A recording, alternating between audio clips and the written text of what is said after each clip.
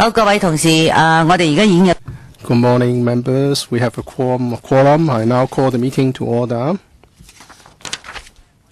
Since the last meeting, we have issued 4 papers. The details are set out on the agenda. Next item for discussion at the meeting and the date of the next meeting. The next meeting to be held in April, please pay attention, will be on the second Friday. Usually it's the first Friday, it will be the second Friday. That is to say the 14th of April at 10:45 a.m. The government has proposed 4 items. First one,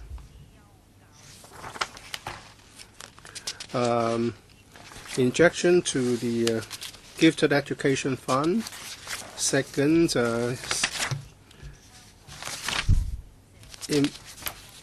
injection to Student Activities Funds, and also conversion of Hon CHEUNG Kwok-kwan Association Buddhist Po Kwong Street, and review on basic competency assessment.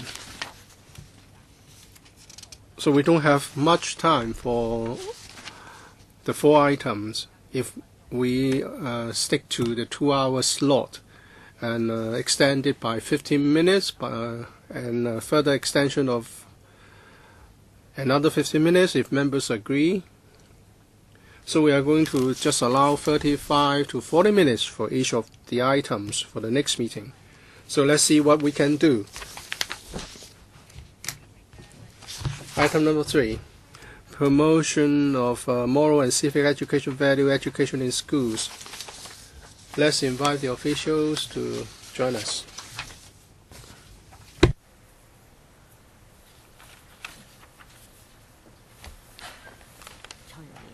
Hon CHEUNG Kwok-kwan。好，咁我哋係歡迎教育局副局長蔡若蓮。I'd like to welcome Dr. Choi, Under Secretary, Mrs. Hong, Deputy Secretary, Mr. Lee Salun, and Mr. Kwan Pak-kong, Chief Curriculum Development Officer. Under Secretary, take your seat first. Over to you for introduction of the paper. Thank you, Madam Chair. Promotion of civic and moral education is an important goal for our schools. Since the curriculum reform in 2001,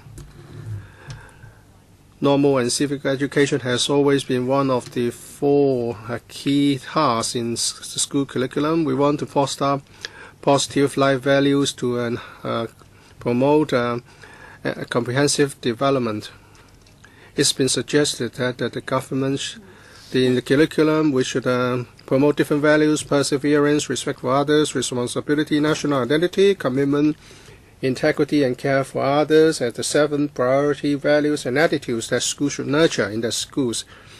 The Secondary School Curriculum Guide, updated in 2017, also stresses that value education is one of the major emphases of the renewal of the school curriculum. Schools have to pay attention to their own situation, the needs of the students, and professionally plan for their moral and civic education in their school. We encourage the school to use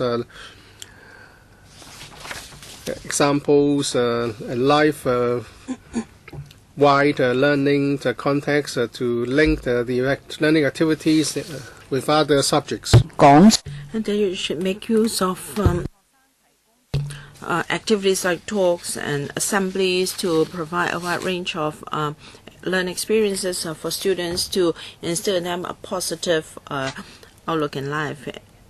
And the Bureau, in the light of needs from society and schools, have cooperated with higher institutions, NGOs, and other government departments in providing professional development programs for principals and teachers to enhance their professional capacity in MC curriculum planning, learning and teaching, organizing support program, as well as the use of learning and teaching resources.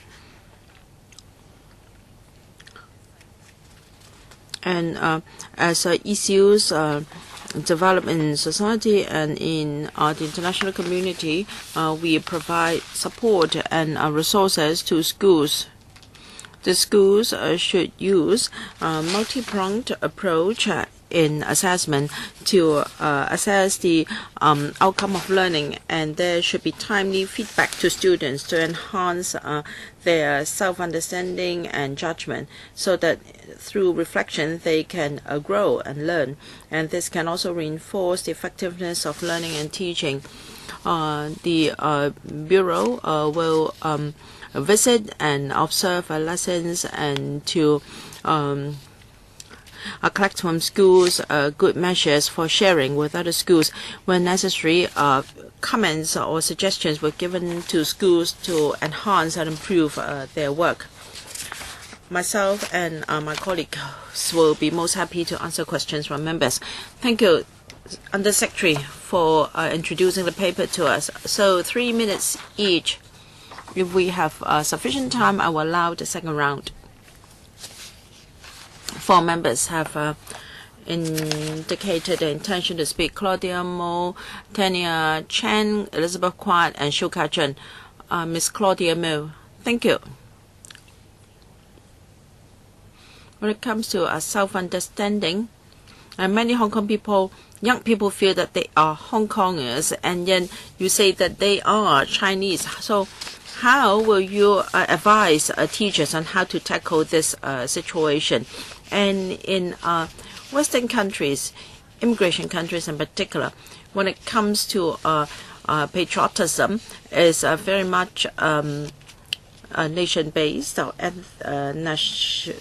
race-based, nationality and not race-based. But here you like to say that we are descendants of the dragon, and many primary students are at a loss.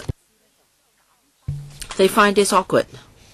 So can you advise teachers to avoid this focus on race and also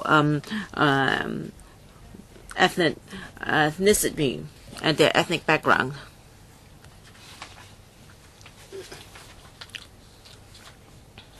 When teachers teach a national identity, well,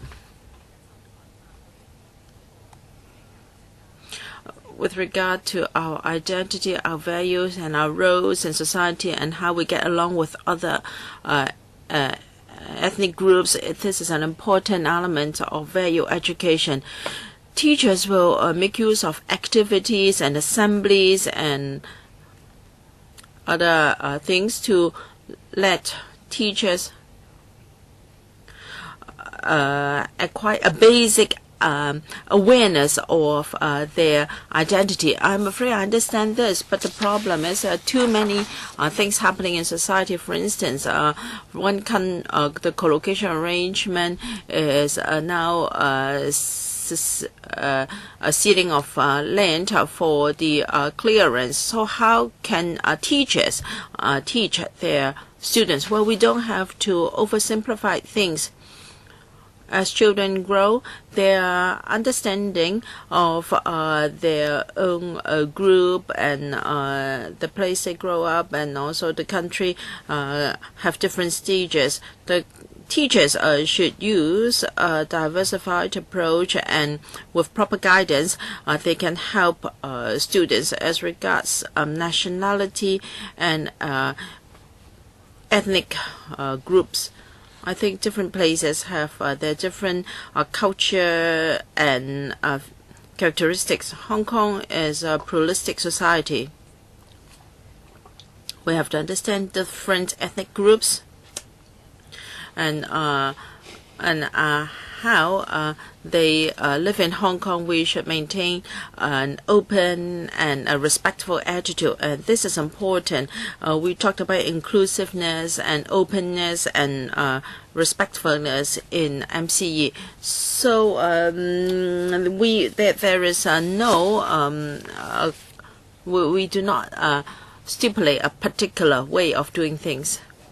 Ms. Tanya Chen, well, I have the revised guidelines. Yes, there are a lot more details in the revised curriculum guide. In the budget, para 13 talks about sister school program. This paper, para 13, mentions sister school scheme. It says here to enhance students' understanding of the nation's development and education, the positive, conscientious, and self-disciplined learning attitude of mainland students will have a positive impact on Hong Kong students. I'd like to know whether this is confined to schools in mainland. Why can't we encourage schools to build up sister school relationship with other places? Take Nepal as an example. There are students there living in the hilly areas, and we can learn about the environment, living environment of students there, and help them, for instance, to build schools in the hilly areas. So this $150,000 will only allow schools to arrange exchange opportunities with students in the mainland. Can they exchange with schools of other countries? Under Secretary, we encourage our students to adopt a wider horizon. Well, the funding is different from how schools can develop relations with other places. Now, this $150,000 is for a sister school scheme in the mainland. We understand that many schools have sister schools all over the world. It's just that the funding here just encourage exchange with mainland students. Yes. One is voluntary in nature, and the other is subvented. Of course, you asked me to choose. I would choose the latter because there is support for schools. I'm asking whether the scheme can be expanded to cover other countries because it is a positive thing. Are there other funds to encourage schools to exchange, to provide exchange opportunities with other schools? Well, because the expenses are so different, $150,000 in the mainland can cover many more students. In terms of transportation and other expenses, on the mainland is much more affordable. But when it comes to international exchange, $150,000 will only cover a limited number of students. I agree that we should broaden the scheme. When finance permits, so can we include more schools? Deputy Secretary, for the sister school scheme, most schools have set up or established sister schools in the mainland, so $150,000 are provided here. And schools can also apply for Quality Education Fund for other activities. We have subsidized schools to go into the mainland to broaden students' horizon, not just with sister schools. I think Mr. Tanya Chen's suggestion is to consider whether funding should be provided for exchange opportunities with schools not in the mainland, maybe not in Europe or in the U.S. Well, they can you can consider our neighboring countries in Southeast Asia. Dr. Elizabeth Kwok, the conduct of many students is worrying to parents. For instance, there is cyberbullying and also compensated dating. All these reflect that some of our young people have very distorted values, and there are also misguided ideas in society that encourage young people to break the law, to engage, to take part in illegal Occupy Central movement. As a result, many young people think that if they use the banner of freedom, democracy, and justice, they can do whatever they want, even very drastic and extreme action. I think we should encourage empathy and respect and courtesy among young people. These are just very basic values. However, how can our education system instill such values into our younger generation so they understand that respect for other persons are very important? It seems that this is missing in our current education system, and how can we proceed in the future? Under Secretary, Dr. Kwok expressed a concern for MCE starting from 2010 or earlier, 2001 and even earlier.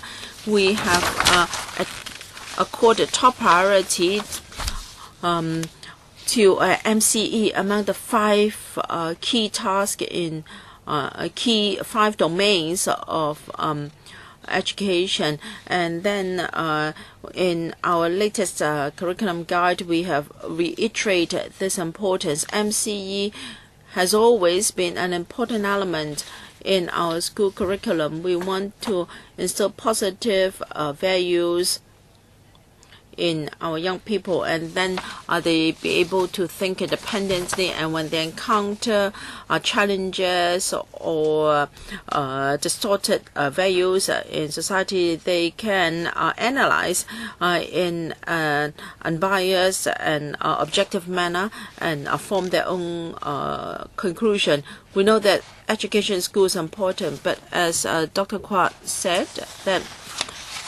educate a family and the community themselves are also important, and will maintain a dialogue with stakeholders. I hope we can enhance support for uniformed groups.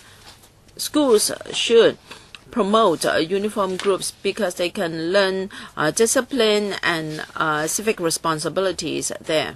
Thank you, Mr. Abraham Sheikh. Can I ask a question first, because I have another meeting? Please switch on Mr. Abraham Sheikh's microphone. I support Ms. Tanya Chen's view. However, the Undersecretary did not give a good answer to her question. Yes, it's proper that we provide funding for the sister school scheme in the mainland, because it's true that we should unlearn or learn about our country first. But the truth is, we want our students to understand our country better, and they should also have the opportunity to visit other places to broaden their horizon. This is what education is about, and I hope that you will not just include sister school scheme. We have ethnic minorities who are also part of our Hong Kong community, and they should also understand the situation in the mainland. So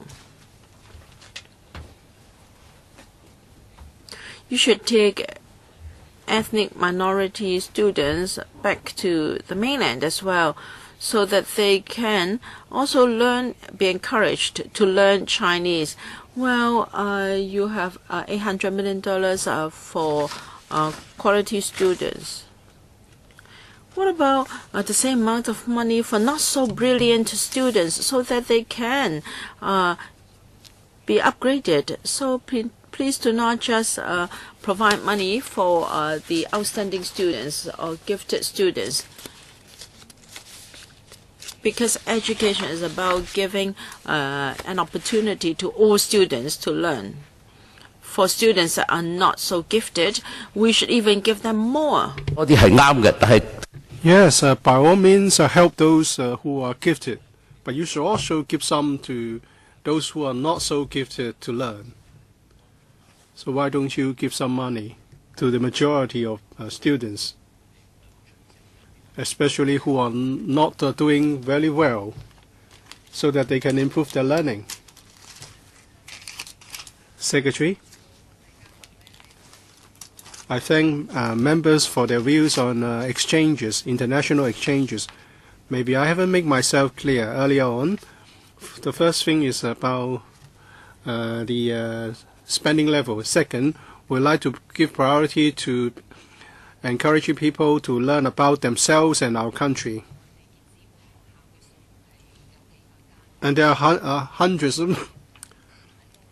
of schools with sister schools on the mainland, so we have to start by catering to the needs of the majority. But there will be resources to promote exchanges through other means. And we have to take care of the diversified learning abilities of students, gifted or not.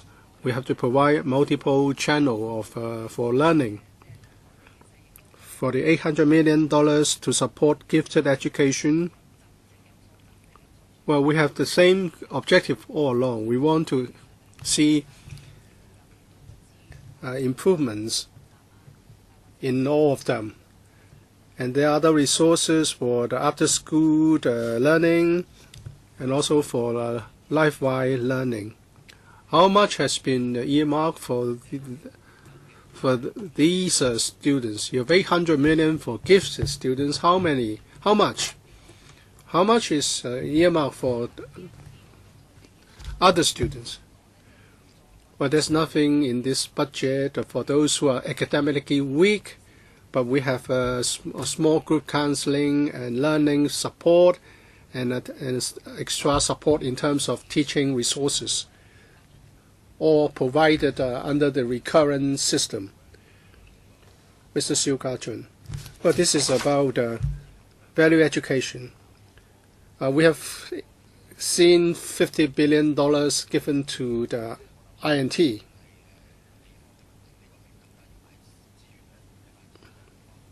And this is not a question of teaching science subjects. We need to focus on humanities as well. Paragraph 3 of the paper talk about enhancing life education, sex education in the curriculum, but there's no devotion of resources. It's a sort of schizophrenic arrangement by paying lip service to the importance, but not by providing resources. So that's why in the budget we have seen measures such as giving out free admission tickets to Ocean Park. And also in paragraph 4 it said that students may have bias or extreme views. Well, students has been talking about very little time for rest and extracurricular activities. Is that bias?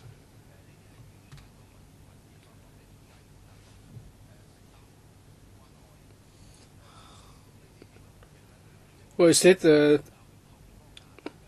value upheld by the government? What is the values of the government? Well, what are the values that you want to promote?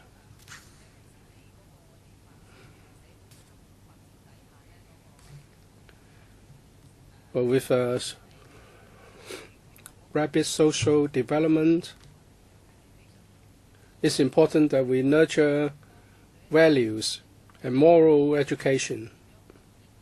And we should avoid extreme views or to have informed views on various issues. In the guide and in the curriculum, we've been saying that students should be encouraged to adopt different perspectives, to look at things, so that they can come up with an all-round understanding before giving their own judgment. So we want them to have a rational analysis, and also through the example of teachers and the environments created in the learning environments in the schools,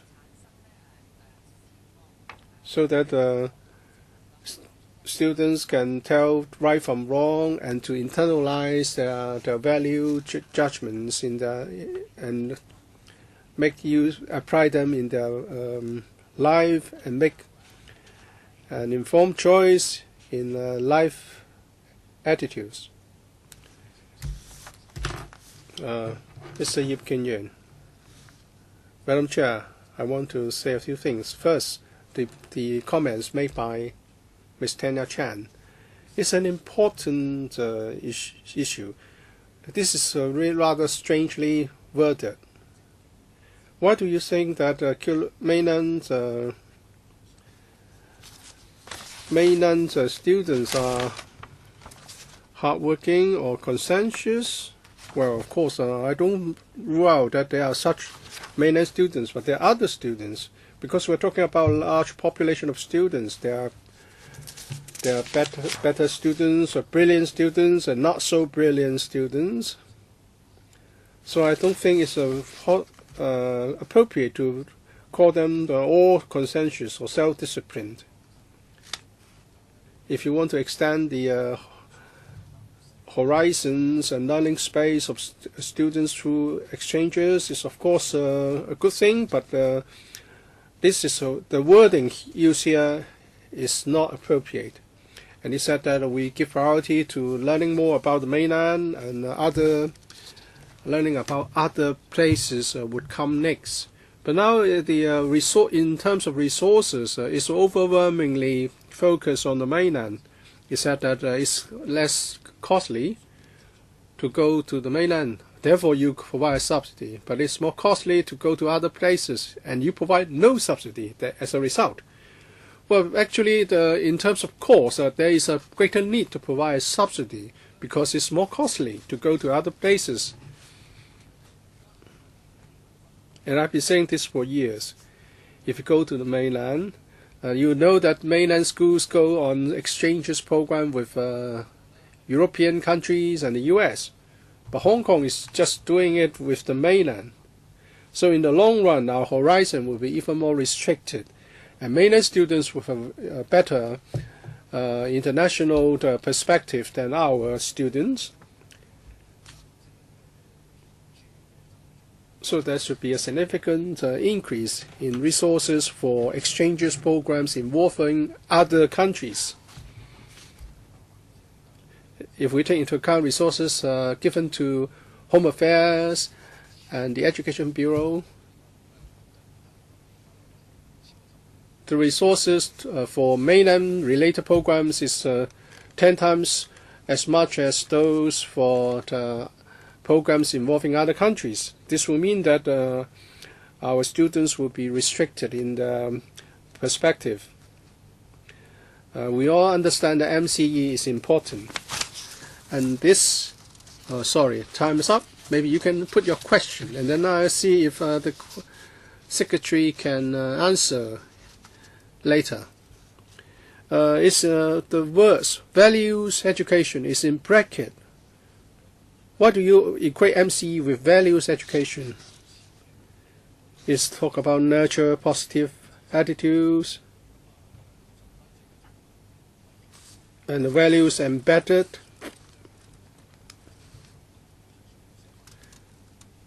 I just want to make a comment on the title of this paper, Mr. Chan Chi-chin. I want to ask a follow-up question about paragraph 6. It said that there are a number of controversial social issues, such as those related to sex education, which usually touch on value stance. Last month, we discussed sex education. Of course, we could not handle those issues there. I now have a follow-up question. This is rather implicit here. So what are those issues related to education, which are also about values? The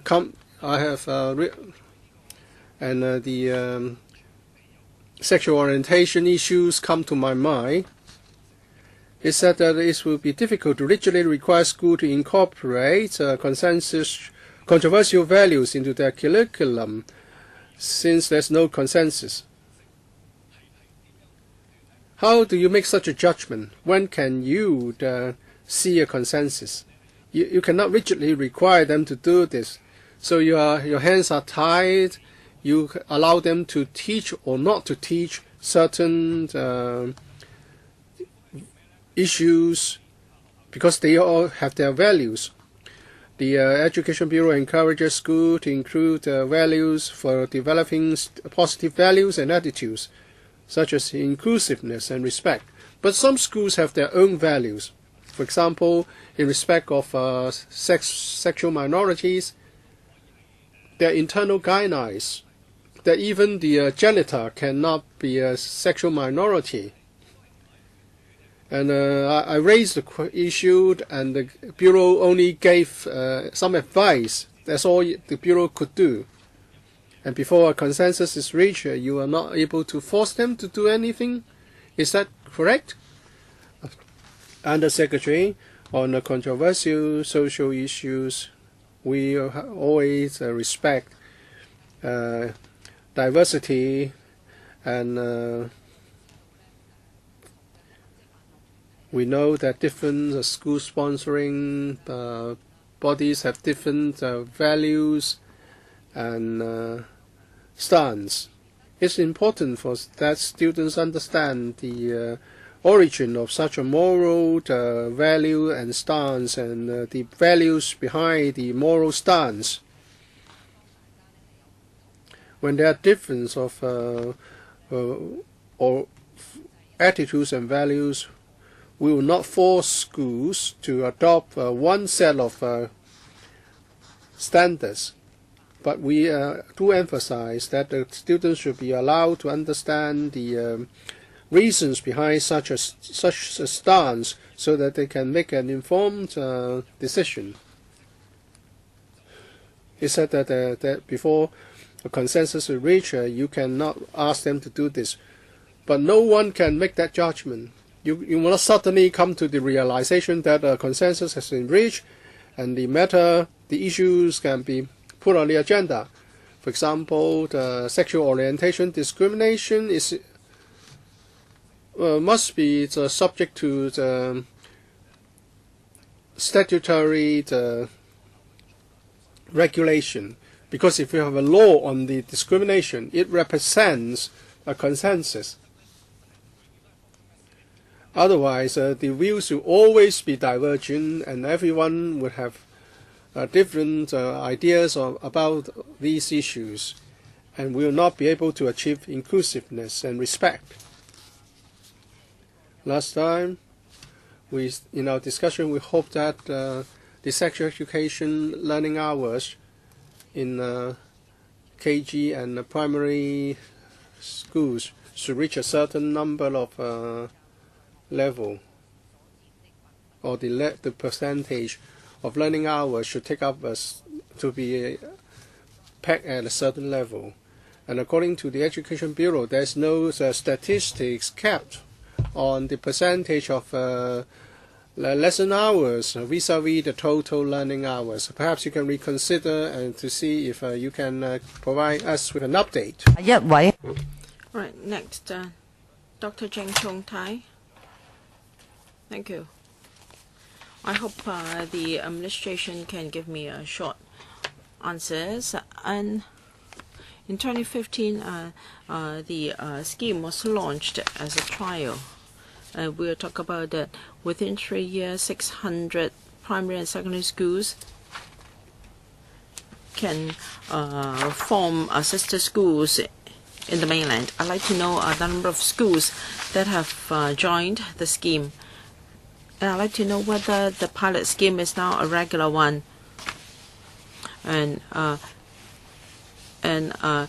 is it an important? It is an important element in promotion of civic and national education. There are about 600 odd sister schools.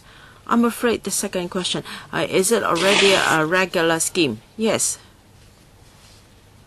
As set in the budget, there will be recurrent resources, and then schools can, in the light of their own circumstances and state of implementation, make use of that resources which are now recurrent. So in 2015 it was just a pilot scheme and is now a regular one. What assessment criteria do you have to consider the effectiveness of the scheme? Now your target is 600 schools within 3 years. How many of these schools will have cooperation with schools in the mainland? I'm afraid I don't have such figures now. Please provide an information paper afterwards. I'll see if we have such information. You have to understand that this is a very concrete question. It is impossible that we provide money for MCE and then we argue whether it should be just mainland schools or other schools. So will you just give the money to the schools that are more obedient, so to speak?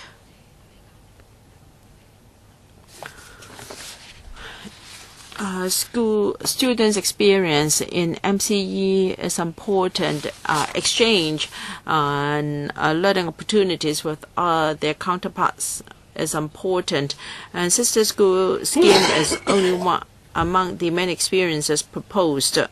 We have to start by providing resources to schools to do that, based on the actual needs of students and also the conditions of the school. Schools can make use of other activities. We don't have to worry that once a school has joined a sister school scheme, there is no other alternatives. No, schools can enjoy a lot of diversity. My time is up. No, she was not answering my question. I'm asking for specific policy objectives. I think that's a very legitimate question. All right, what is the effectiveness, the policy objectives, and the number of students that can benefit? Can you give us a supplementary paper afterwards? This is a regular scheme, and it is impossible that you only have 1 or 2 sentences on this in particular. We query whether there is an element of national education in here. I think the Undersecretary understands this.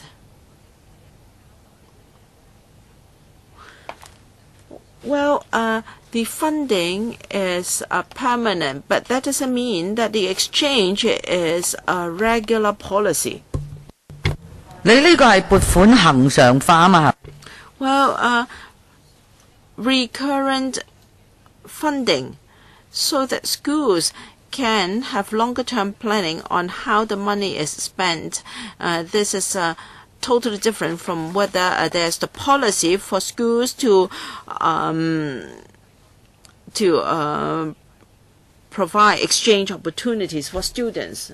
All right, if necessary, please give us information paper later. All right, Mr. Michael Tan and Mr. Ted Hui, any more? All right, I draw the line after that. Ms. Claudia Mill and Mr. SHIU Ka-chun will have a second round. Mr. Michael Tian. Thank you, Chairman. Many people many people called me an alternative legislator because I feel very differently on many issues. Education, the greatest failure is we only quantify education. We talked about hours, head count, and also money. We only care for statistics. Now, MCE, if you use a very hard sell approach and you talked about the number of hours and also observation of MCE teaching, this is a big mistake. Young people do not like hard selling. So we should incorporate these into the natural curriculum so that young people understand what is MCE. I have a plan. It's called Uncle Tien scheme. I have published books for KG students, and I was thinking, what should I write about? I don't want to talk about gossip. I don't want to gossip, and I want to talk about values like respect for others. And if I have write a story to teach KG kids on respect, then this will depend on the skill of the author concerned. So this is what MC is about. Regarding quality and quantity, now there is this post from a parent. There is a P6 English subject homework. Celebrities are asked to tell the occupations. Students are asked to tell the occupations of celebrities, and it ended up parents having to do it. Now you can ask kids to identify celebrities.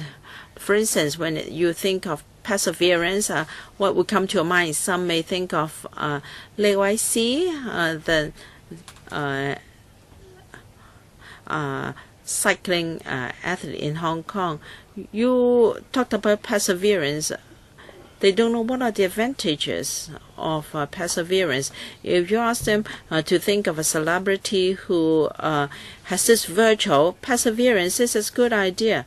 So you match a celebrity with a value you want to instill into students. So you have to tell teachers or schools to include MC in different teaching materials using stories, and this calls for innovation and creativity. But then this will let kids understand what is meant by perseverance, and that value will be deeply rooted into the minds of our young kids. Under Secretary, I say a few words first, and if necessary, colleagues can supplement. I agree with Mr. Michael Tien. Perhaps Mr. Tien has read our curriculum guide. It's true that MCE should be embedded in our curriculum, and we cannot quantify it. So when it comes to the number of lesson hours, I don't think this is really very meaningful. So we talked about organic incorporation into the everyday life and curriculum of schools, so that students will be taught to reflect, to analyze, and to form their own conclusion. So we should not just tell students what is right and what is wrong. So you should not hard sell, right? Allowing students to reflect and to analyze is important. Using Ms. Lee Wai-si, Sarah Lee as an example to teach perseverance is an excellent example of using everyday life examples and current issues in our curriculum. So when the Bureau helps schools to develop teaching resources, we adopt the same attitude. We use daily and live events to encourage students to think? Mr. Ted Hui. There is an international, there is ICCS being done, and the organization has commented on MCE in Hong Kong. It says Hong Kong has a schools has a certain degree of autonomy, and they can teach a certain MCE values, but there are things in Hong Kong absent in Hong Kong. For instance, to teach students how to take part in school policies, decisions, and to resolve disputes. And according to a report,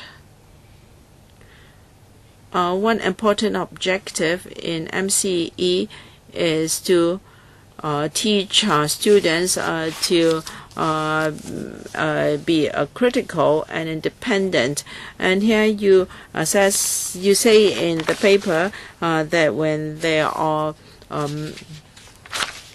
disputes and when students have misguided or extreme views, they should be taught to make an unbiased and rational analysis. So I wonder if you want to train students to develop their critical thinking skills and judgment, or rather you just want them to be unbiased and rational, and that's okay. It's true that there are elements absent in Hong Kong but present in other countries and vice versa. So we have just set out these 7 core values, and there are other things that teachers schools can include. And we talk about being unbiased and rational. We are not talking about just the middle of the road approach. We want students to be able to think from different perspectives and come to their own conclusion after their critical thinking. So we want students to adopt an open and respectful attitude. I'm not talking about the conclusion of their consideration. So you encourage students to have their critical thinking and to have the ability to make judgment. Under Secretary, as I said, independent thinking and own value judgment of students are what we want students to acquire. So at different stages, students have different needs. Teachers should guide students to consider an issue from different perspectives in making a judgment. Ms. Claudia Mo, how much time do I have? No more than 3 minutes. Oh, thank you. Usually we have shorter time in the second round. Then 2 minutes. Okay. Start. I'm very, very worried. I'm afraid that MCE, according to the administration, is brainwashing because the Communist Party is most concerned about the ideology of people.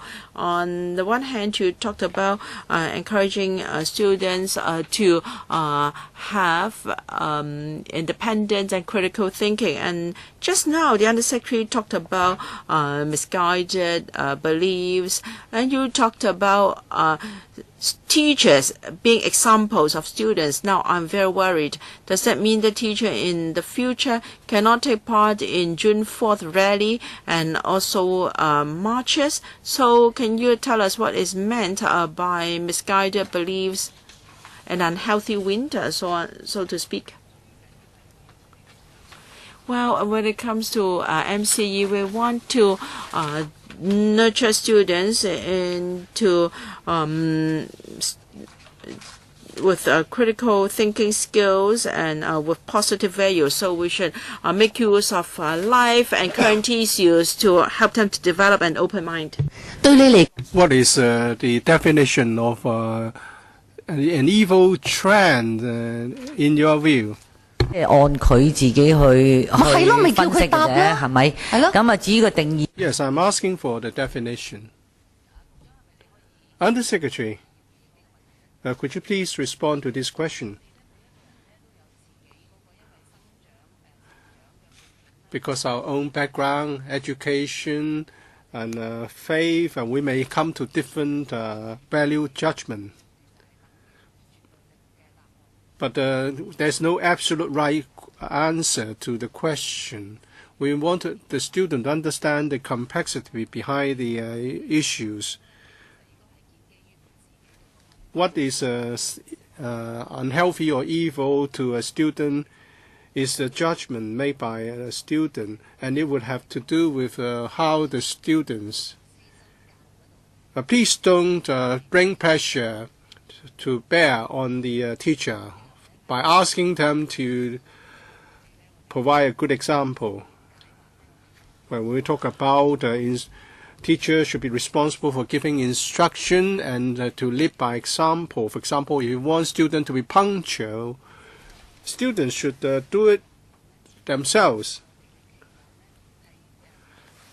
The community expects teachers not just be instructing students, but also to uphold social values in line with the social expectations. Mr. SHIU Ka-chun, I can see the complexity of issues. So values, education, apart from the contents of education, there are the more important questions such as who are to teach those values. You have special expectations of teachers. Well, I do have expectation of the Education Bureau. Well, it's, of course, a government bureau is also responsible for education. The bureau is a kind of teacher, in my view.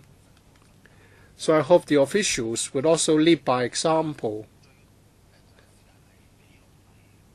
And this paper is rather revealing of the stance of the Education Bureau in respect of values education. Members have been asking questions about. 對唔住，13段話嗰個係將國內嘅 Paragraph 13, and that is depicting the mainland students as a positive, conscientious, and self-disciplined. Well, there are people whose parents are officials or rich people who are students on the mainland. So such a depiction also reflects the attitude of the Education Bureau. And we are talking about leading by example. It's important to pay attention to what one say and what one do to provide a good example. There's a contention that teachers should not be participating in controversial events or bringing certain sensitive issues for discussion will be controversial. We will have to walk the talk. We have to influence by one's behavior. So is it that true that teachers should not participate in controversial social events or social movement or do anything that is not in line with the government's mainstream views? All these would affect the idea of leading by example. I want this Undersecretary to stipulate clearly whether teachers are not supposed to participate in controversial issues or events. Well, teachers, like other members of the public, have to obey the law and have to be accommodative. Well, everything that a citizen can do can be done by a teacher as long as it's within the confines of the law. In paragraph 3, we talk about the positive, conscientious, and self-disciplined learning attitude of mainland students. Well, we can change the wording if necessary, but if in an exchange program is about learning from other people. Of course, there are always weaknesses and strengths in respect of any group. We just want to learn from the meritorious attitudes. It's not a judgment on our part, but if members think that this is going to cause any problem of comprehension, we can certainly modify it. All right, I think that's all for this item. I thank the Undersecretary and her team for their attendance. Next item on the agenda, CCF Assistance Program. Provision of subsidy to needy primary and secondary students for purchasing mobile computer devices to facilitate the practice of e-learning. Please invite the officials to come to join us.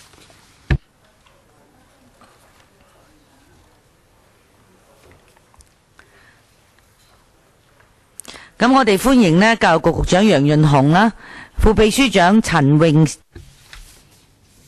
We have Ms. Chen Wing-siu, Deputy Secretary,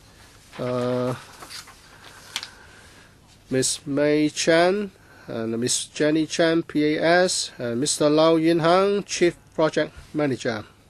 Over to the Secretary for Education for introduction. In the CE's 2017 policy address, there is the initiative to provide subsidy to students for purchasing the tablet computers. After consultation, we have decided to let schools make a decision on whether to purchase tablet computers or other computer devices for this purpose. Therefore, the Education Bureau has invited the CCF to provide subsidy for the needy students to purchase computer devices. This will be a pilot scheme for the 3 years at a cost of $445 million, benefiting 22,000 people. These students must be studying in public sector primary or secondary schools and are receiving CSSA or full grant or half grant from the Student Finance Office of the, or they are getting they are studying in schools and classes implementing e-learning and adopting bring your own device policy. As for the level of subsidy, we have make reference to the price levels of commonly used devices. We propose that first year the ceiling of grant is $500 for students receiving the CSS or full grant and $2,250 for those receiving half grant. The amount of subsidy would cover the cost of device, the management system to be installed, basic accessories such as screen shields and protective covers, and the product should come with a 3-year warranty. The maximum level, if the cost is lower than the maximum level, then the actual cost will be subsidized. During the 3-year implementation period, each student beneficiary will receive only one subsidy for the purchase of one mobile computer device. The relevant proposal has been supported by the CCF, and we can launch it in 2018-2019 at the earliest. Members' comments are welcome on the initiative. 5 members would like to speak. How many would like to speak as well? Charles Mock, Claudia Mould, Wilson Hall, Yip Kin Yuen, and Ted Hui. Any more? Okay, Mr. Charles Mock. Time, 3 minutes. This fill the gap created by the abolition of the Internet Learning Scheme.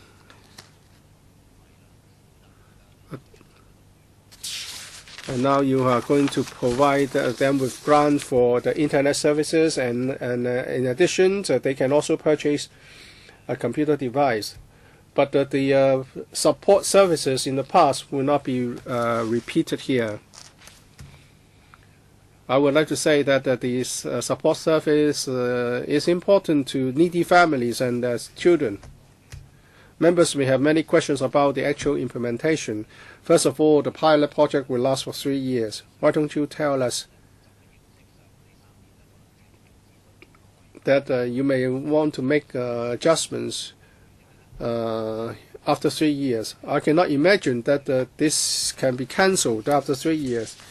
In the last scheme, you gave people the impression that the scheme might or might not be extended. I hope that you would make this a regular program like the grant for learning. And you require a 3-year warranty. But you know that when you talk about primary education, there are 6 years of primary schooling. I cannot imagine that the same tablet can be used for more than 10 years.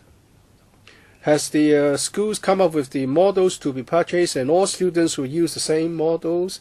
Because the device has to be returned if they leave the school. Perhaps this rule should be scrapped. Secretary, as the paper sets out, the scheme aims at providing needy students to participate in e-learning if the school has this policy of bring your own device policy. Because then the needy student may have financial problems in buying their own device. Of course, there are details to be fleshed out in the actual implementation. The member mentions whether they will need to change the device when they progress from primary to secondary schools. Let's say they have used the device for 3 years, and then he progresses to the secondary school. If the device can be used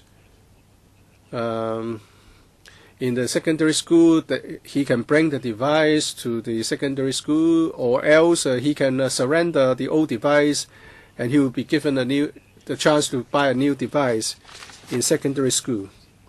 But can you use the device for so many years?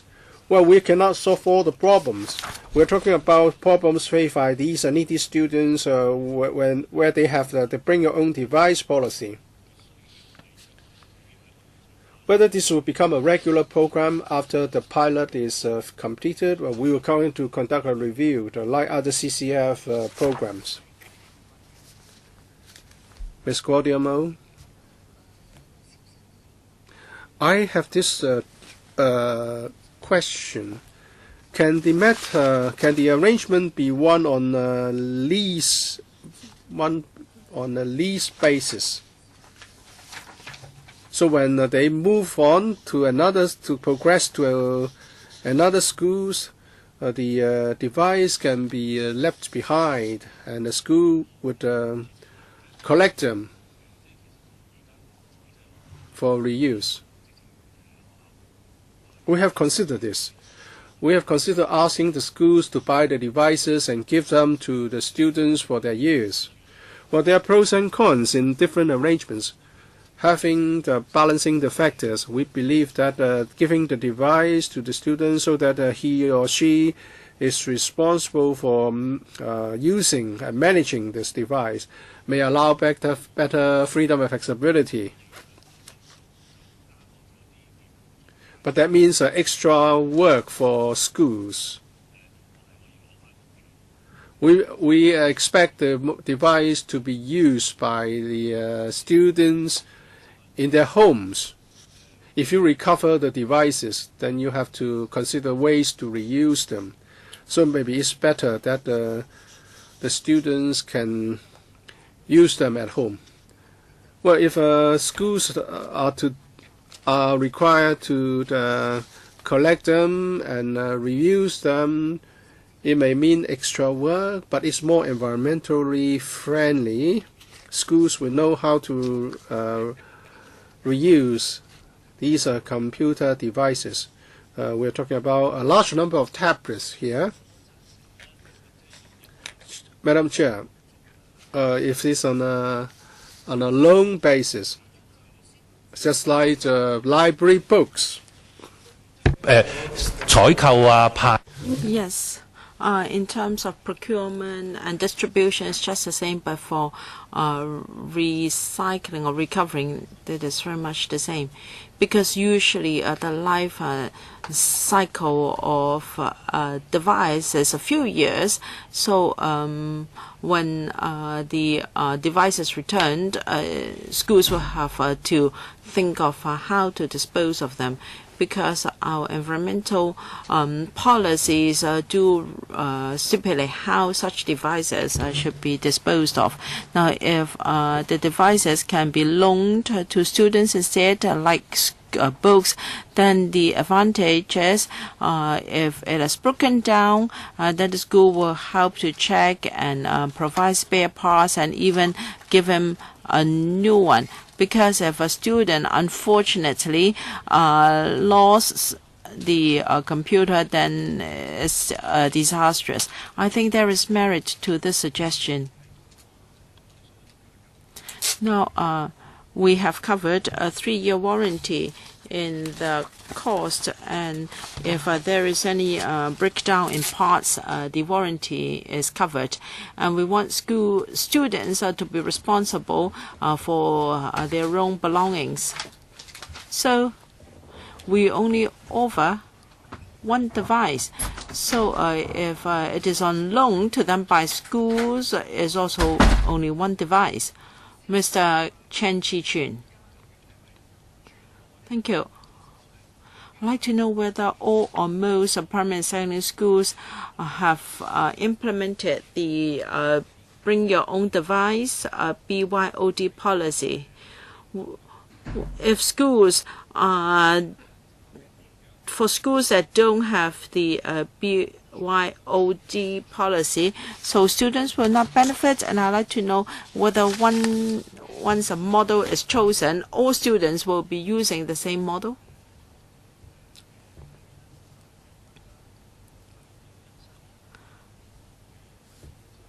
As at August 2017, about 17% of the schools have the BYOD policy. About 26 of them are still thinking about it. We expect that in the coming 3 years, about 70% of the schools will adopt the BYOD policy. So my question is, well, because of this BYOD policy, students have to have their own computers. Needy students don't have the resources, so the CCF will assist them, right? Now, there may be schools with such computers. More and more schools are using BYOD, and they want students to bring the device back to school or to use at home. So if there is this policy, needy students will be affected. So this scheme will focus on needy students where their schools have the BYOD policy. So according to our understanding, is that when a school has a BYOD policy, then it will specify a certain model and then procure all the devices for all the students. It works both ways. Yes, there is this flexibility, but it depends on the platform. Many schools will procure the devices in one go for their students. For instance, if a student hasn't got the device, and if the schools will help them, and under this program, students or schools are required to procure the devices for all their students. No. My question is whether there is consistency, or can you, for instance, use Android and I use Apple?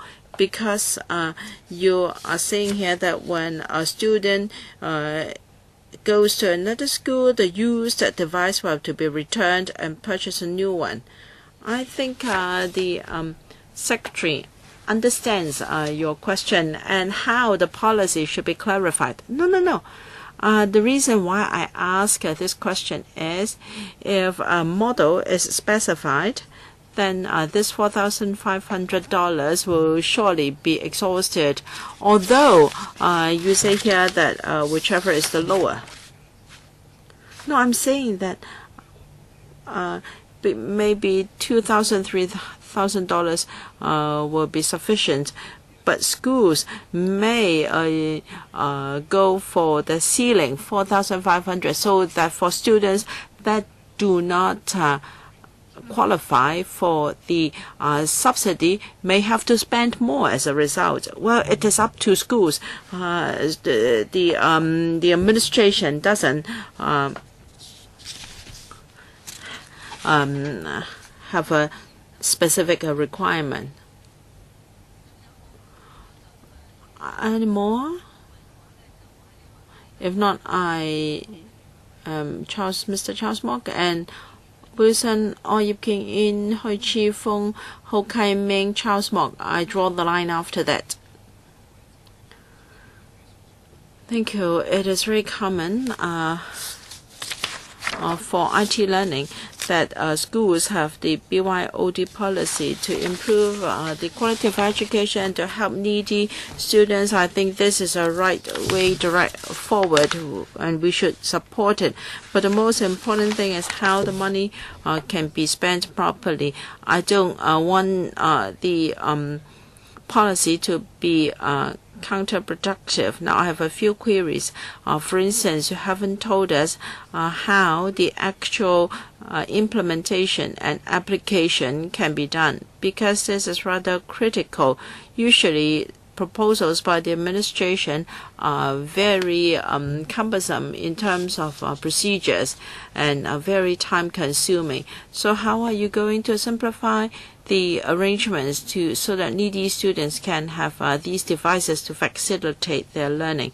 And second, it is important that you teach people to use the devices properly. Well, there are IT assistants in schools. So in addition to giving them a device, will you ensure that needy students be taught to use computers properly? Will you provide more resources so that they can use the computers more effectively? And thirdly, how are you going to review the effectiveness of the scheme, including the application procedures and also the impacts on learning efficiency and effectiveness? So can the Secretary please answer these three questions? Please refer to paras 12 and 13 for the implementation details.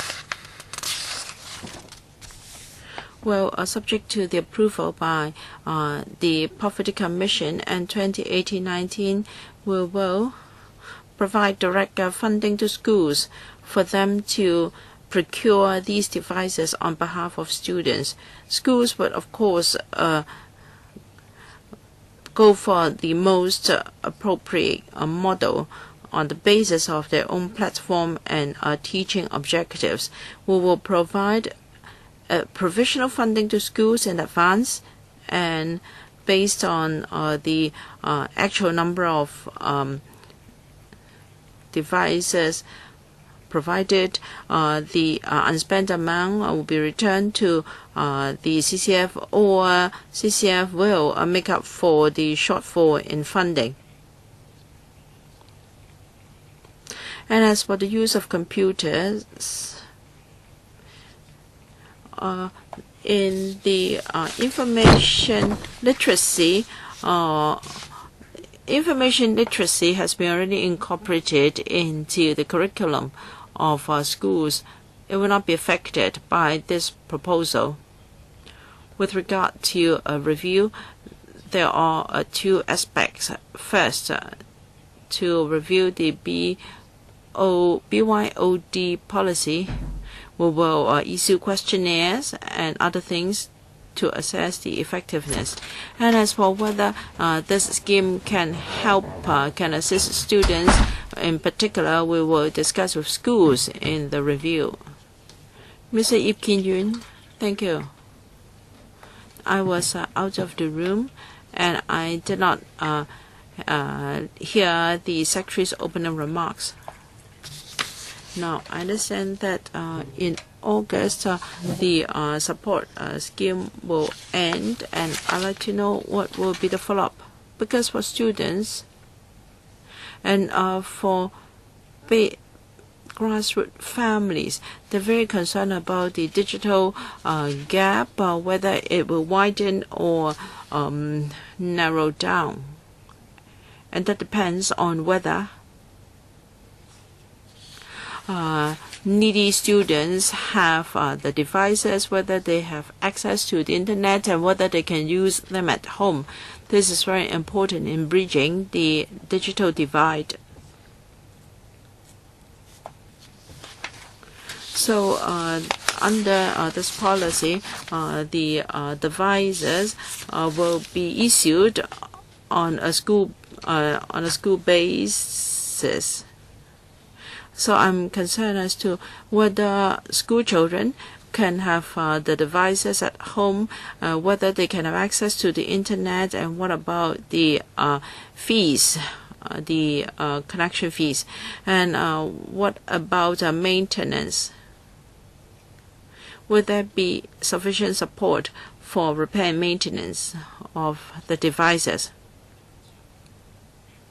The purpose of this item is to help schools that have adopted the BYOD policy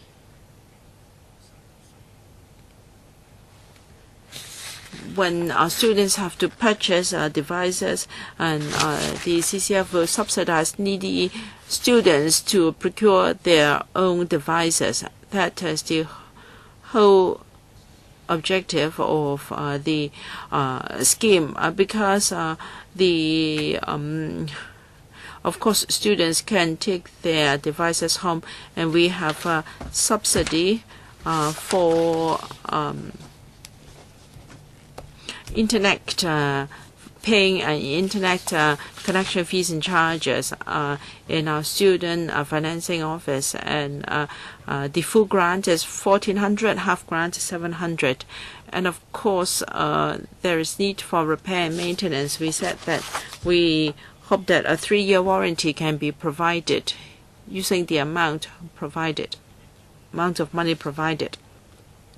There are teachers and technicians at schools to help students to fully utilize the device. Now, if a student is already at S6 and or maybe S5, and he is going to graduate soon, that means he can own the device for a very short period of time. But for a software and also internet access, the time a student can use it will be very short, because the used device will have to be returned to the school. No, it's not like that. Now, if the student is at S5, that depends on whether the school still adopts the BYOD policy at S6, and if it is, and will of course give the device to the computer. If the schools concerned only use the device for 1 year, we have not required that the used device be recovered by the school. Mr. Charles Mock, and the proposal is to develop Wi-Fi campuses, school campuses, and it said that it should be completed within a few years. I'd like to know whether this is already completed, and if there is Wi-Fi provided at all public schools. I'd like to know whether you have reviewed the current effectiveness.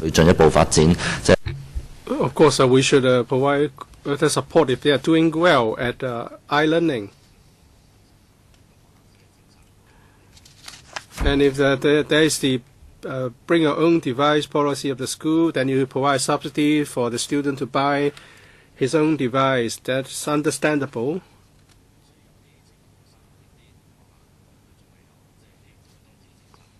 But for schools without a BYOD policy, they will not be able to buy a device. So different students may get different treatments because of the difference in the BYOD policy. Have you considered this factor? Secretary, the relevant works will be completed within the current school year. Some 90% of schools have incorporated IT education into their school development program. How much is spent by each school depends on a number of factors. It's not appropriate to come up with a standardized level.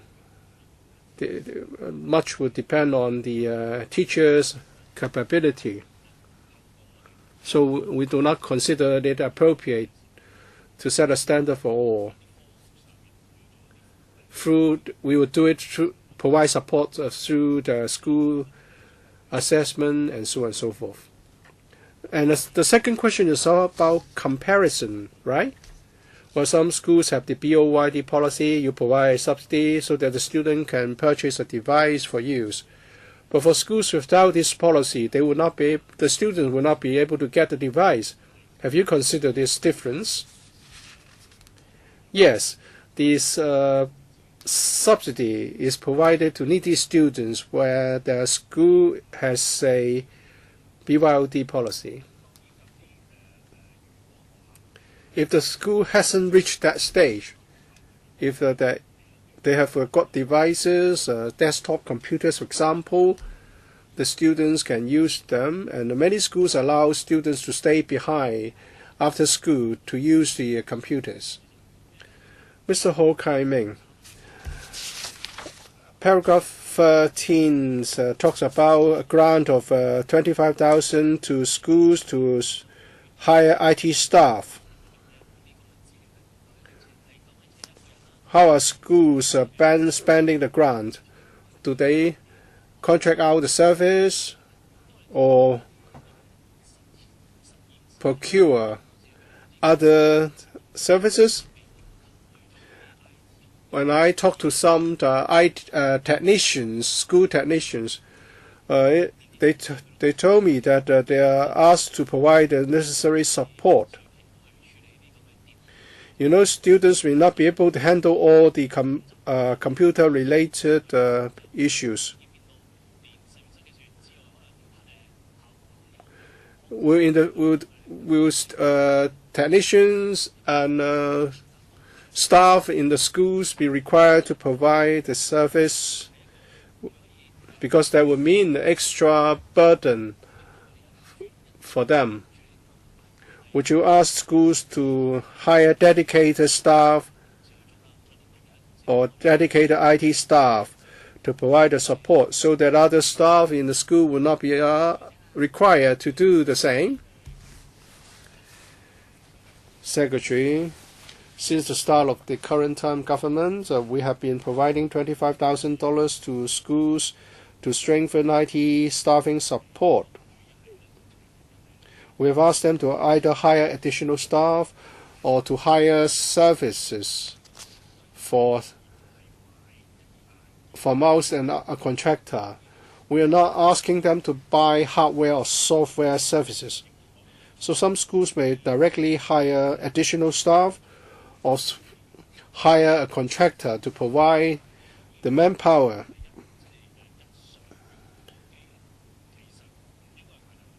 There should be major problems in using the device. Young people can learn to use the device very quickly. The support staff is only required at the initial stage or when there's a problem, a technical problem. I don't think students will need to seek advice every day. How do you know how schools are spending? The grant of 25,000, how many of them have hired additional staff, and how many have procured service from contractors? I don't have the statistics with me now. We can collect the data and report back to the panel, but we need time. We're talking about 2017-2018 school years. We are still in the middle of the school year. We'll start to collect the data at the end of the school year. So the data will only be ready sometime later. Mr. Charles Mok is the next speaker, and then we need to handle two motions, one of them moved by Mr. SHIU Ka-chun. Mr. Charles Mok. It's been mentioned by some other members. I just want to stress the importance of the matter. Mr. Wilson Law talks about the importance of the support, and this is not provided in the new scheme. And second, the internet service costs for needy families, or if they live in subdivided flats or in substandard accommodation, internet service is difficult to come by. And secondly, you haven't answered this question about schools without BYOD. According to Mrs. Chen Chi-chun, there will be 70% of schools covered. I don't know what that 70% level is about, but there are schools without BYOD policy. So that students may not have access to a device at home. So that would lead to a different environment, learning environment for different students. So you cannot, as a matter of administrative policy, help only those attending schools with a BYOD policy. On the subsidy to be provided to students on internet service. Well, we try to seek quotations from internet service providers on the cost, but there are students living in a special or substandard accommodation. Well, every year now we ask the ISP providers about the cost. And the second question is not about the current subject, because we're talking about providing subsidy to students learning when their school has a BYOD policy. But Mr. Mok is talking about the need of students to have access to a computer at home to facilitate learning. That would be an important factor for consideration in other learning support programs. All right, I think that's the conclusion. That's the conclusion of this item. Mr. SHIU Ka-chun has moved a motion. I understand that he's voting in another meeting room, so I would like to handle this a bit later. Let's put it aside for the moment. Next item.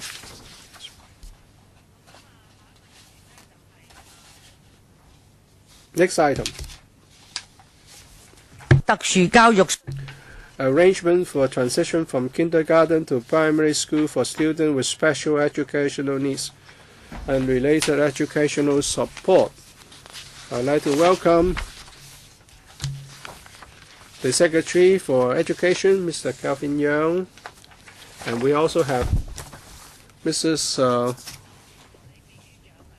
Michelle Wong, Deputy Secretary for Education, Mr. Godwin Lai, PAS, and from the Social Welfare Department, Ms. Chan Lai Chi, Chief Social Work Officer. Over to the Secretary for introduction. The government's bureau and departments have been cooperating in providing the support and services for the transition of SEN students from kindergarten to primary school. This is going to be regularized very soon. The Education Bureau has arranged that before progressing to P1, there will be a progress report prepared for each student, and before September every year, the report will be provided to the public sector primary school concerned. When the school received the assessment report from the hospital authority or the Department of Health, we would provide a necessary support service to the student. The Education Bureau will also identify these SEN students at the earliest possible stage. In the start of the following school year, we will pay visit to the school to understand the situation of the SEN students so as to provide timely support. And we have reviewed different measures and the implementation situation. We have listened to views from different stakeholders, and we believe that there are room for enhancement measures. For example, although the schools have flexibility in using the grant, but that would affect the support to the teaching staff. Setting a ceiling to the grant will affect schools with more SEN students. And also that would take away the incentive to admit more needy SEN students under the three-tier intervention model. And the measures may not be able to accommodate the needs of those requiring the school-based and special professional support service. The details are in the paper. I welcome views from members on the arrangement to facilitate the transition from kindergarten to primary schools, and also the proposed enhancement measures to the support service initiatives. 3 members would like to speak. Dr. Fernando Kwok,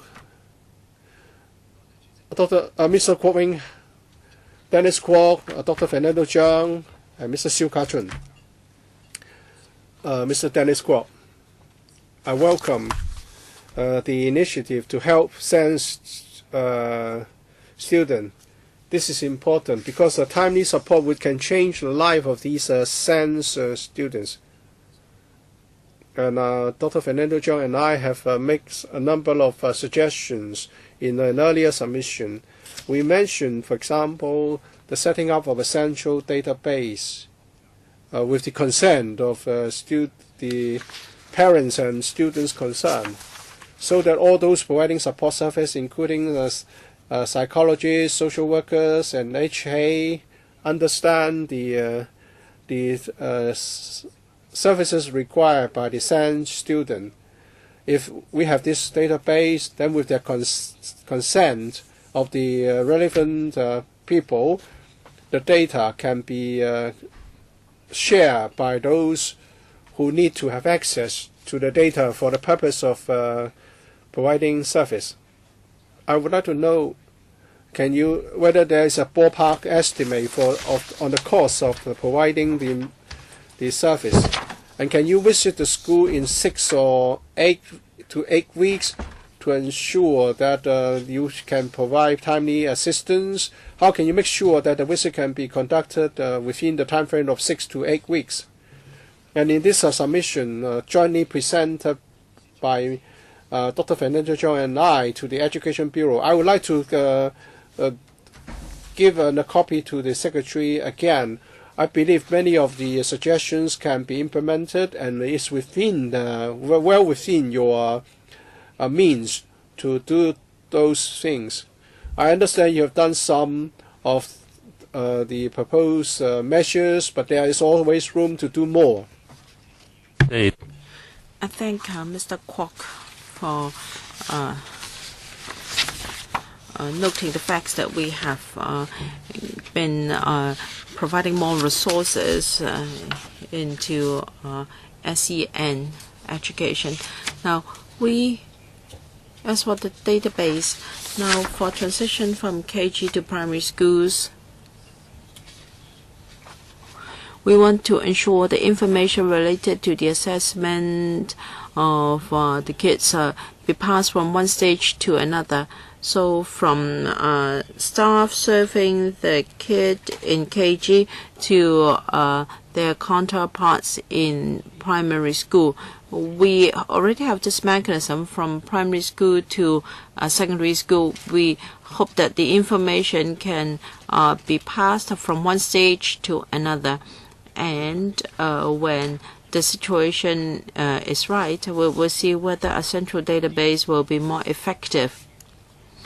Resources will depend on our proposals on improvement, and we will try to secure more resources. As for monitoring, I don't know whether the chairman would like us to continue. There may be time afterwards. How many members would like to speak on this item? Because we have a motion on this item from Dr. Fernando Cheung and Mr. SHIU Ka-chun's motion on the previous item. Well, Mr. Shah, understand that you were at a meeting next door, so your motion will also be dealt with afterwards. I'm worried that we don't have enough time, and if we don't have a quorum, we cannot deal with the two motions. So how many more members would like to speak on this item? A show of hands, please, so that we can do some calculation. Dr. Fernando Cheung, Mr. SHIU Ka-chun, Dr. Na Wong, Mr. Kim Yun. Anyone more? Any more? No, I draw the line after that. And then we'll deal with the two motions. Dr. Fernando Cheung.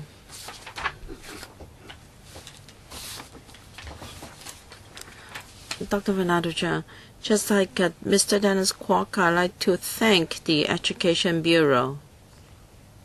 I think this is a very rare occasion for the administration to admit its inadequacies. For instance, the problem of setting a ceiling, and first to give the first 6 students for supported schools is quite interesting, because by the time it is because for those who need tier 3 support, it will be individual plans. Whether it is individual or collective plans, the amount of subsidy would just be the same. So we have this strange phenomenon whereby schools would only cover 1 or 2 students, which is unlikely, because usually schools have more than a couple of students requiring such a level of support. So the whole thing is rather ridiculous. I'm pleased to see that the Bureau has faced up to these issues, and whether there should be re-coordination of resources and whether more support should be given. Now, we have been lobbying for so hard that I am already grateful that the administration is willing to do it. Now, for an SEN KG student, as soon as he reaches 6 preschool service would stop at once, although he is still not yet in primary school. We have seen some bigger kids who are not yet in primary school. He may be receiving speech therapy, occupational therapy. As soon as he turns 6, the services would stop at once. This is ridiculous, because it will be more than half a year before he is promoted to P1. However, as soon as he turns 6, the service would stop. This is ridiculous. I know this has nothing to do with the EB. This is about subvention from SWD. However, on a child's 6th birthday, he'll be asked to stop all these services. I don't know whether the Education Bureau is aware of this. Can you please discuss with SWD and allow the child to continue to receive therapies until he is promoted to S1? And as for a central database, it is non-existent now. the transition from K1, from KG to primary school has no transparency in information, so everything has to start again. So I think you should have a transitional plan from kindergarten to primary school, just like what overseas are doing, so that there can be a special plan for the SEN student, so that the primary school will know the conditions of the child well beforehand, and there can be better transition. Yes, I'll allow you to talk about points 2 and 3 of your motion afterwards. Mr. SHIU Ka-chun. Thank you. I would also like to thank the Education Bureau. Yes, you are providing more commitments to SEN gradually. Now there is a new definition of SEN. I hope you would take notes of this, and that is students with limited intelligence, and that borders between a normal and mild grade a mental handicap. These are people, these are children with limited intelligence, and they encounter a lot of frustrations in school learning, and they need your support. And there are 8 groups of SENs under your definition, but limited intelligence is not included. I hope the limited intelligence can be included in the definition of SEN. And I'd like to know whether you have any statistics on the number of school children with limited intelligence in school. So that's my first question. Secretary. Well, when we use IQ to draw a line, no matter what standard you adopt, there are always bound to be children that is slightly above the line, and there are bound to be differences in learning ability in schools. We may not regard a limited intelligence as a kind of SEN, but we have other kinds of support for students that are not doing so well. For instance, in secondary schools, in Band 3 schools, for schools with more Band 3 students, we have a higher ratio of teachers. To some extent, this can take part of the needs of this group of students with learning difficulties or who are not doing so well in class. But of course, we will keep an eye on the development in society and see whether there is enough support. But no matter how you draw the line, there is bound to be this problem. Dr. Hannah Wong, I have a question on paragraph 16. You talked about consultation sessions with schools and stakeholders. So when SEN grants are given to schools who need them, learning support grant, would they have to give up teaching posts given to them under the intensive remedial teaching program or the IE program? So are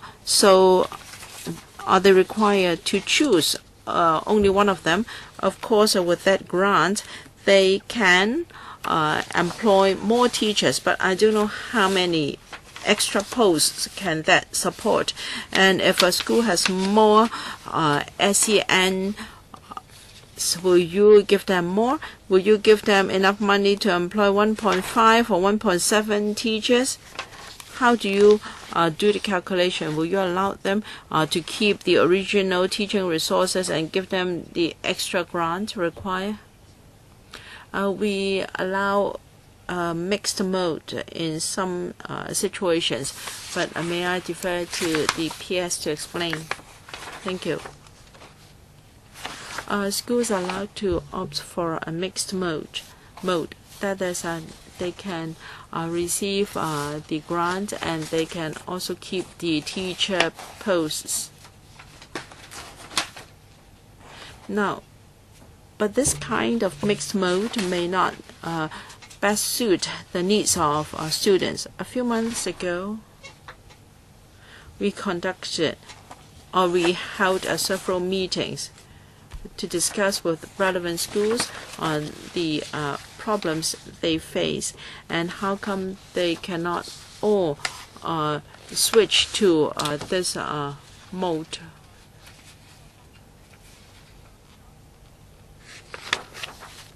So we are now thinking of the views received during meetings. Now, some of them think that it's important to have a stable teaching team. We do agree, and the direction of our review is to see how schools can have stable teaching teams while they still receive the grant.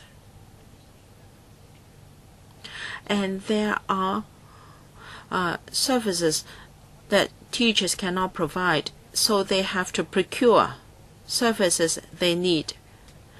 Do you give them a deadline for switching from a mixed mode to the mode when they can only receive the grant?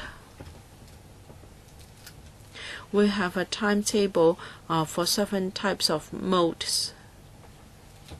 But as said in the paper, we are now reviewing the operation. If the conclusion of our review is that changes are needed, then we will make policy adjustments. Mr. Kim-yun, may I remind members we need 10 members present to deal with the motions. Mr. Ip Kim-yun.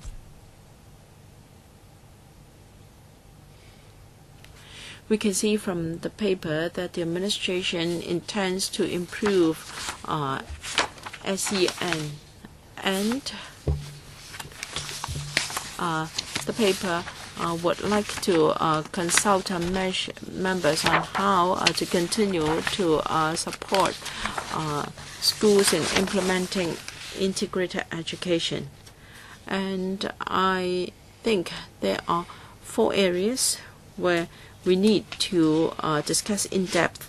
I hope that the administration can continue this discussion with members and also stakeholders. These 4 areas, not many of them are about transition. It's about how i.e. integration education can be better implemented in primary schools.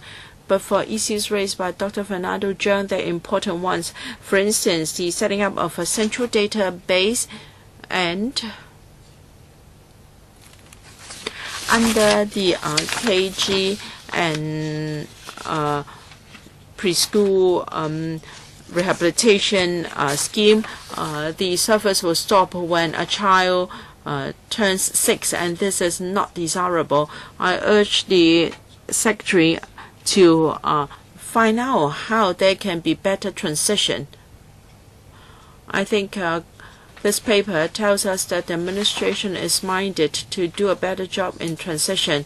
I think the transition will not end when the child enters P1. Rather, in primary schools, we have further work to do.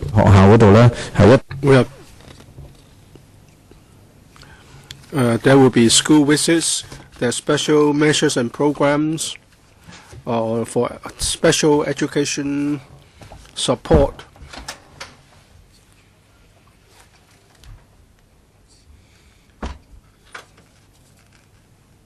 there should be proper progress from preschool support to primary school support.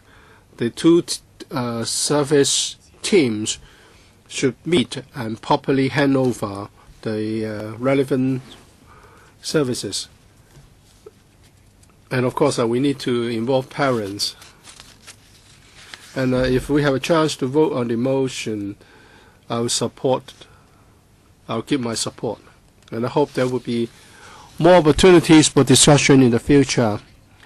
Secretary, before the Secretary speaks, I'd like to inform members that the meeting will be extended until we have dealt with the two motions. Any objection? Secretary?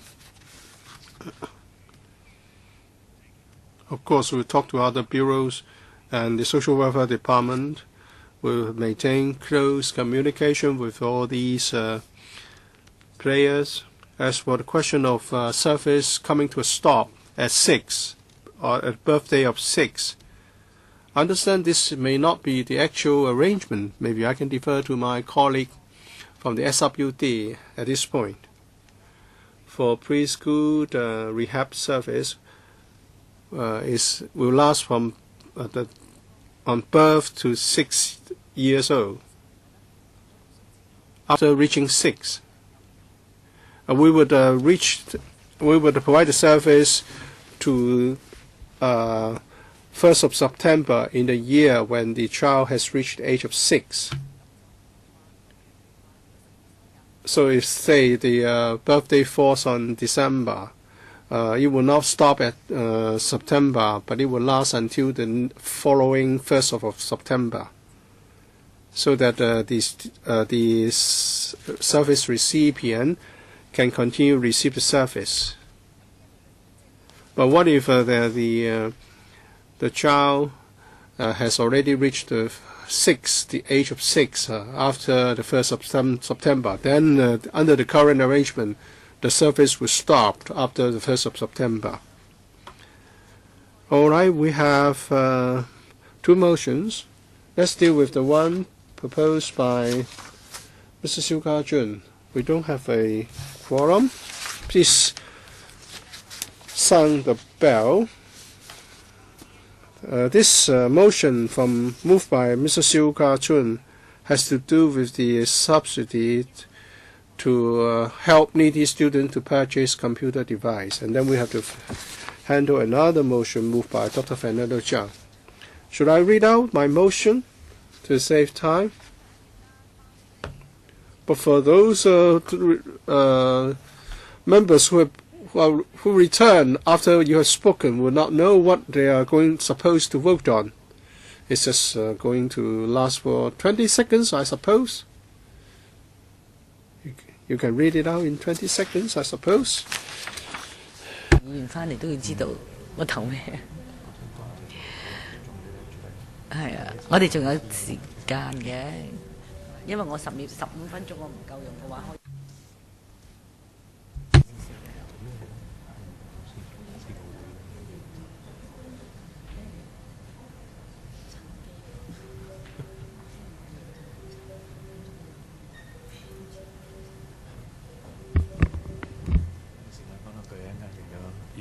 而家講咯，係啊係係。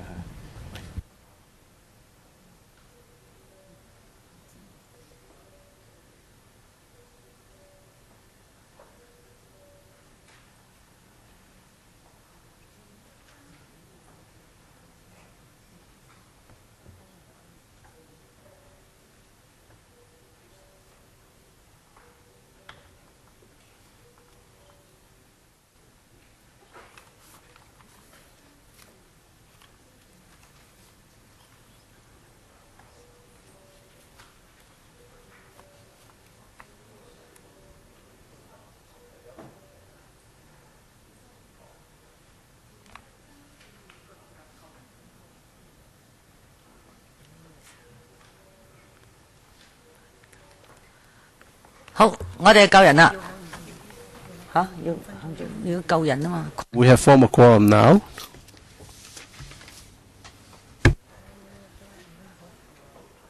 等我哋係咪有個 quorum 啫？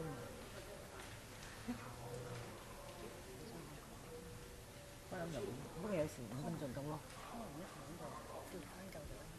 係啊。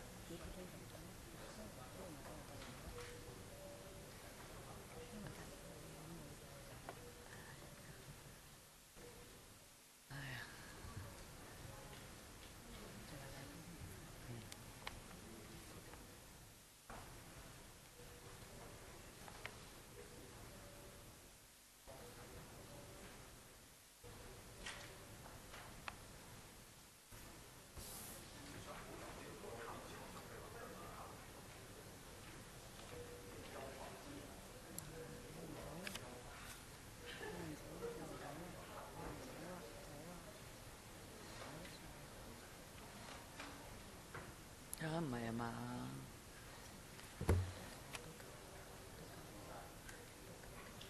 唔係啊嘛，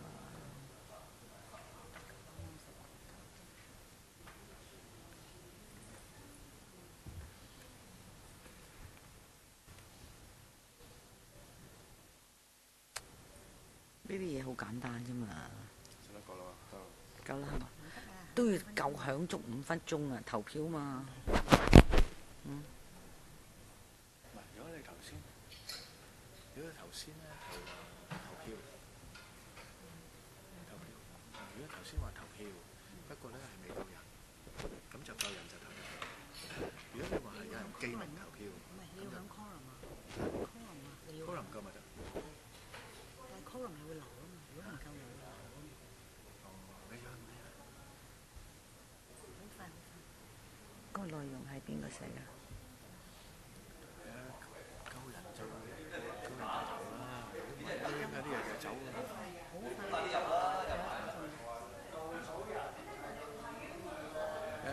？2、3、4、5、6、7、8、9、10、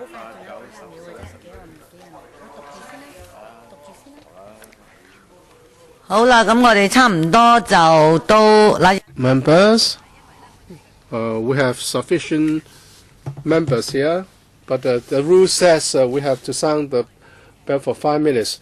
Now we have a quorum. Mr. SHIU Ka-chun, please read out your motion. As the government is going to cancel the art learning at home support scheme in August, grassroots children will have their support affected. For some of the grassroots students, that scheme is one of the important support measures for e-learning. And because they will not get sufficient technical support to repair computer devices, therefore this panel urged the government to retain and improve the e-learning at school support scheme and to provide outreach computer repair service to us to address the social digital divide problem. With those in favor, please raise their hands. I think all of us are in support of this. Anyone who objects to the motion? Abstention? No. So the motion is carried unanimously. Next motion, Dr. Fernando Cheung. It's a motion on special education. Yes. As there's a gap in the support provided for SEN students when they progress from kindergarten to primary schools in terms of preschool rehab service. This panel urges the government to provide preschool rehab service to those who have reached the age of 6 but have not progressed to primary school, and set up a center database on SEN so that there can be proper conversion and transition, and also to provide a transition program for SEN students, including professional assessment, and to provide the necessary support service, including case conference, and to allow parents and students to participate in such conversion programs to ensure smooth transition. Those in support, please raise your hands. Everyone, I think. Any objection? Any abstention? No. It's carried unanimously. AOB. Nothing under AOB. So meeting's adjourned. Thank all the officials and members for their attendance. Madam Chair. on the 20th of March, a letter has been sent to chairman by the an NGO to attend the activity on No Homework Day. Have you received the letter? Well, the secretary has circulated the letter to members. If they haven't done so, I'll ask them to do it now. Thank you.